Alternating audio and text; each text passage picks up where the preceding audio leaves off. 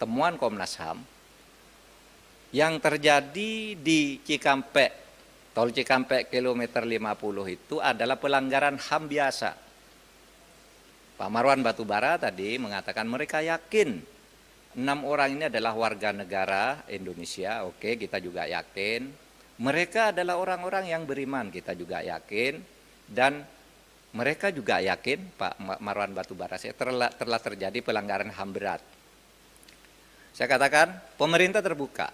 Kalau ada bukti mana pelanggaran HAM beratnya itu, mana, sampaikan sekarang.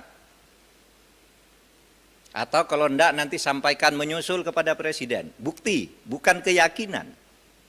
Karena kalau keyakinan kita juga punya keyakinan sendiri-sendiri bahwa peristiwa itu dalangnya si A, si B, si C. Kalau keyakinan.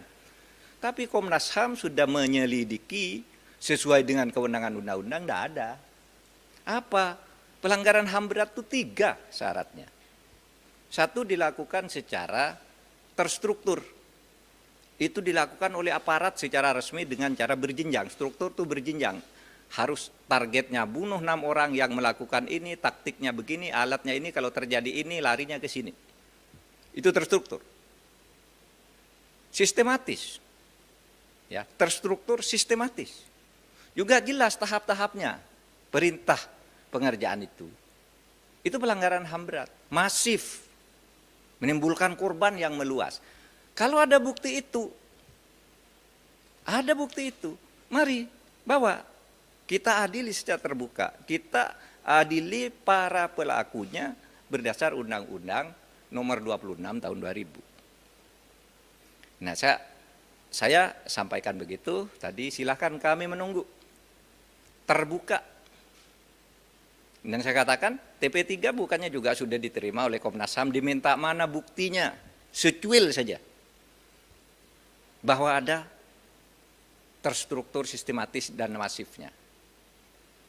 Tidak ada tuh, ada di berita acaranya bahwa TP3 sudah diterima, tapi tidak ada, hanya mengatakan yakin. Nah, kalau yakin tidak boleh, karena kita punya keyakinan juga banyak pelakunya ini, pelakunya itu, otaknya itu, dan sebagainya. Yang membiayai itu juga yakin kita, tapi kan tidak ada buktinya.